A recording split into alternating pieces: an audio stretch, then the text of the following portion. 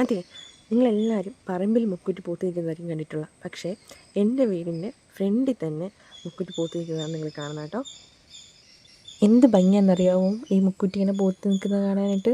കർക്കിടകത്തിലാണെങ്കിൽ ഈ മുക്കുറ്റിക്ക് വളരെ പ്രാധാന്യമുള്ള ഒന്നാണ് കേട്ടോ. ഇത് നമ്മൾ മുക്കുറ്റി അരച്ച് കുഴമ്പാക്കി നെറ്റിയിൽ തൊടുന്നതും അല്ലെങ്കിൽ നമ്മൾ മുടിയിൽ മുക്കുറ്റി നമ്മൾ ചൂടുന്നതും എല്ലാം ഭയങ്കര ഗുണമെന്നാണ് പറയുന്നത്. അതുപോലെ മുക്കുറ്റിയുടെ കുറുക്കുണ്ടാക്കി കഴിക്കുന്നവരുണ്ട്.